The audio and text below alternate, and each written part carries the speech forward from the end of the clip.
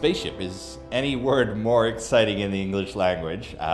Certainly the very basis, the heart of Star Citizen is the fantasy that you can own and operate and explore and battle in spaceships. So it's incredibly important that we come up with a process for creating these spaceships to a high degree of fidelity, both how they work in the universe and how they work in our very complex game. And today we're going to look at how that happens. Probably the very first thing we do in the process of creating a ship is come up with the role. That's the absolute most important thing. It's about taking Chris's vision along with the information supplied by Ben Lesnick for, if it's a new ship, what its functions are, and then from there working with the concept artists and fully realizing a ship. So basically it works for design, it works for the game, looks cool, fits in with the manufacturer. The next step is that we essentially put together a design document. How does this ship work? Here's how it should work, here's how many thrusters it has. It has, this checklist of things. It needs 5 escape pods, it needs bunks for 6 people, and the concept artist takes, our ramblings and turns it into a beautiful concept model. Who's one of our concept artists. Basically we're looking at the Javelin, which is undergoing second pass concept, let's say, he sort of fully understands what's involved for this manufacturer, and just taking all that design language that we've established already and putting it onto the Javelin so basically it's consistent, it's good for the UEE, when you see it you're like, okay, that's an Aegis UEE ship, all the cues are consistent. Again, you can see the sort of level of detail that Dan's putting into the work. Panel lines, all the decals. Again, you'll see here from this thruster, there's a similarity. And this task will take a couple of weeks, and then of course running it past Chris, just make sure he's got final sign off. So once Paul's done with the concept and pretty much discovery phase, we call it sometimes, with his team, it then goes into a phase that we call white box. The white box is essentially the very raw bare bones of the ship. It's not pretty, but it's functional. And the key with the stage of the white box when it comes to larger ships such as the Idris or the Javelin is to understand, can we make it work? So the design team will flesh out a white box interior, for example, and on a given day I may go in and go, well, is this going to technically work? If we stand the player in this corner of the ship and he's drawing the whole ship, then that's not going to work. We've got the Idris hangar, okay, the Idris has got a lot of detail inside. Obviously we can't draw that all the time, so we have to set the interior and design the interior around being as efficient as possible.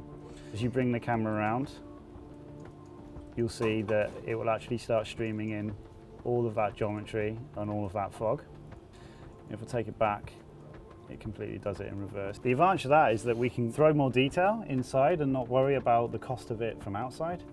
And just generally a massive improvement with frame rate, massive improvement on memory costs. So that's the purpose of the white box, is to identify problems before they turn up in the pipeline. The next step is that the high resolution, super detailed model that our concept artists come up with is given to our technical designers here at the company. Grey box is essentially taking the white box to final geometry.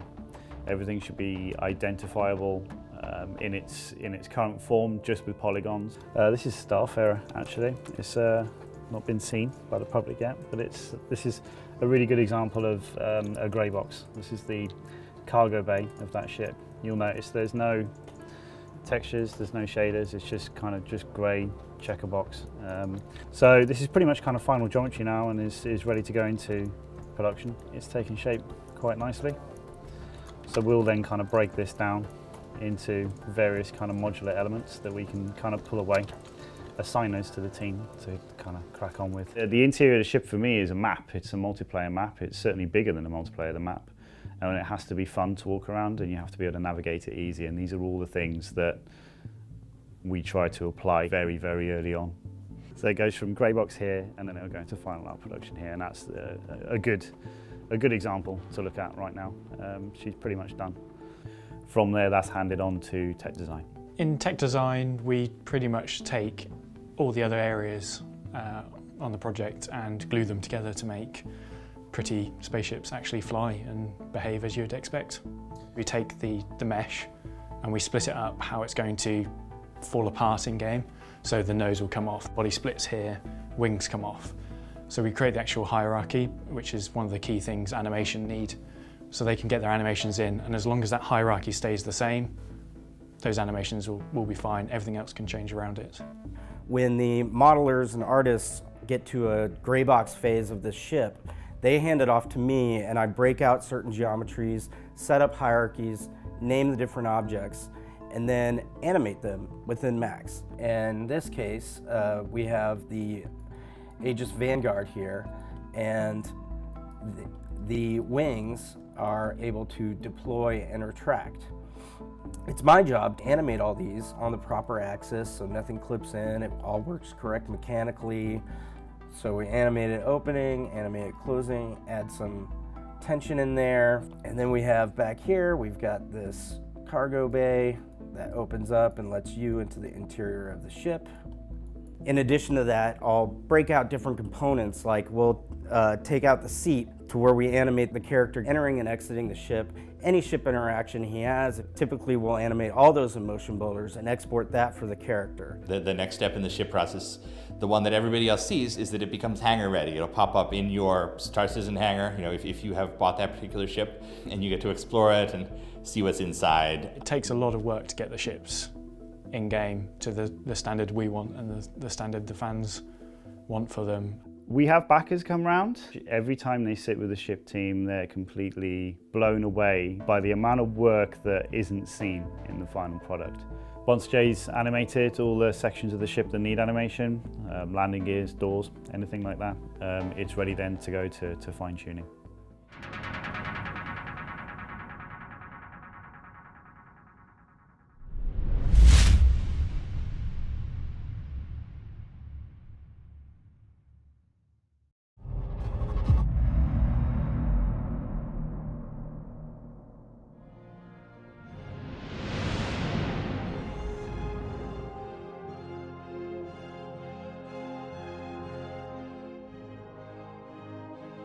The very last part of our ship pipeline is called flight prep. So we have the final geometry of the ship, we have the textures in place, and now we're just going ahead and we're adding in the damage states to these ships, making sure that parts of the ship break off, animating what's required for hangar and flight ready, making sure that UI is into the ships. We had to make sure that audio and VFX get their involvement into this stage as well, so blowing up a ship to 100% damage. The game balancing takes place, all the pretty textures, all the lighting, all the VFX. Pretty much every department in the company gets involved. As producer, my primary role is to make sure that everyone knows what they're doing, creating these beasts of ships, if you will. And we have a very, very large pipeline. Some of these ships are like floating levels. Whatever stage you're at, there's a knock-on effect to every other discipline here. So we get involved in the process ideally after the tech artists have kind of done the majority of their work. Once they've got the kind of functionality in place, that's when we can then go in and kind of add the VFX could be seen as the polish, I guess, to that functionality. So for example, with the damage, when the ship is actually all broken up and those kind of pieces can be broken off, then we then go in and kind of add the explosions and any smoke and fire and stuff like that to it. And this is the retaliator here, and basically all I'm really doing here is just throwing missiles at it just to kind of see how everything's reacting, and I could do this all day. These ship artists make these beautiful ships and we get to blow them up in a blaze of glory, so yeah, it's kind of fun. We check the forums, we also check the people upload a lot of their YouTube footage, which is really, really useful actually, because the backers can test the game like we can't because there's so many more of them, and it's always nice to kind of see them putting the ships into situations that we might not have envisaged. So actually, yeah, it's really nice to see.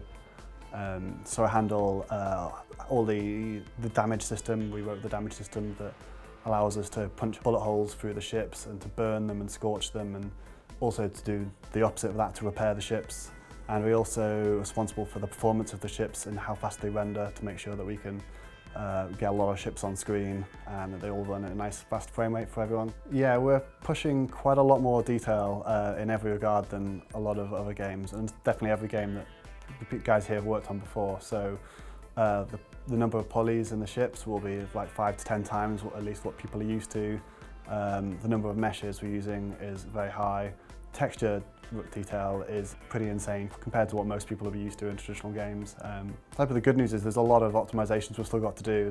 It's going to get a lot better than it is now. We've got a lot in the bag, hopefully, to get back to ensure that artists can stay at this type of high level of quality that they've been aiming for.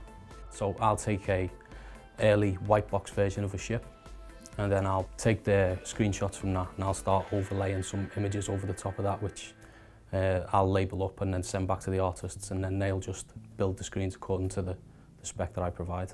You get information about your ship in terms of how damaged it is. You get information about your what level of shield allocation you're currently at, or your emissions levels.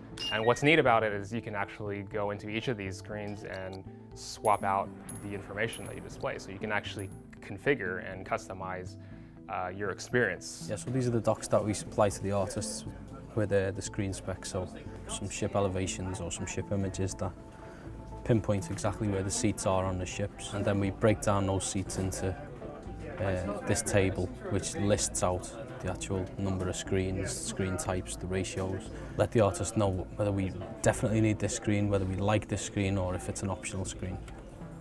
And we'll often throw it into a screenshot as well to just show the visibility. As soon as you put an abstract layer of UI, then it kind of reminds the player that it's a game.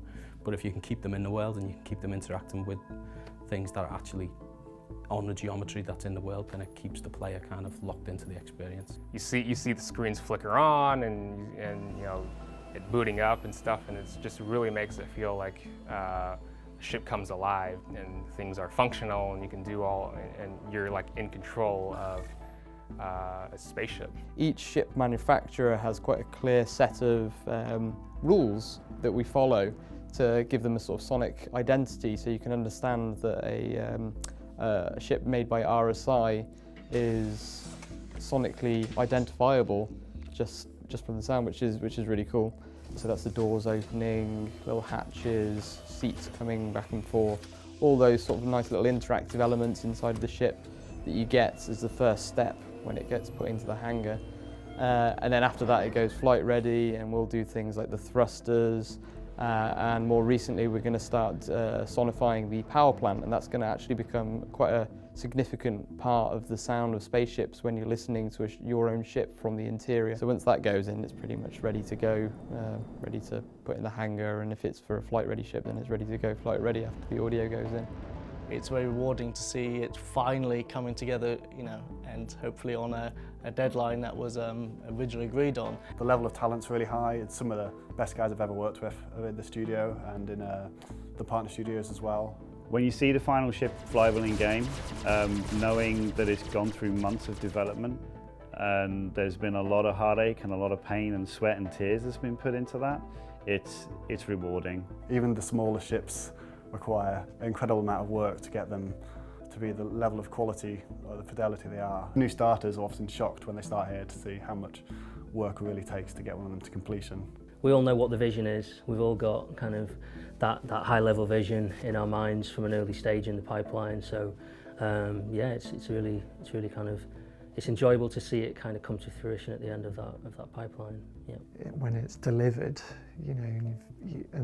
where people have pledged, and eventually the final ship gets there in their hangar, what we hope to provide is it's that amazing sort of showroom, red bow on it kind of experience where they can go, yeah, look at that, I bought that, that's my ship, and even better, I can get in it and I can fly it.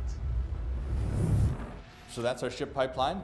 It's obviously a lot more complicated than A to B to C, but it is an incredible process full of just incredibly talented people who are doing amazing things. I certainly went into this never expecting the level of fidelity and detail and passion that these people would put into the game. And it is a joy to see everything come back just beyond our wildest dreams. So thank you for watching. You keep flying, we'll keep building them.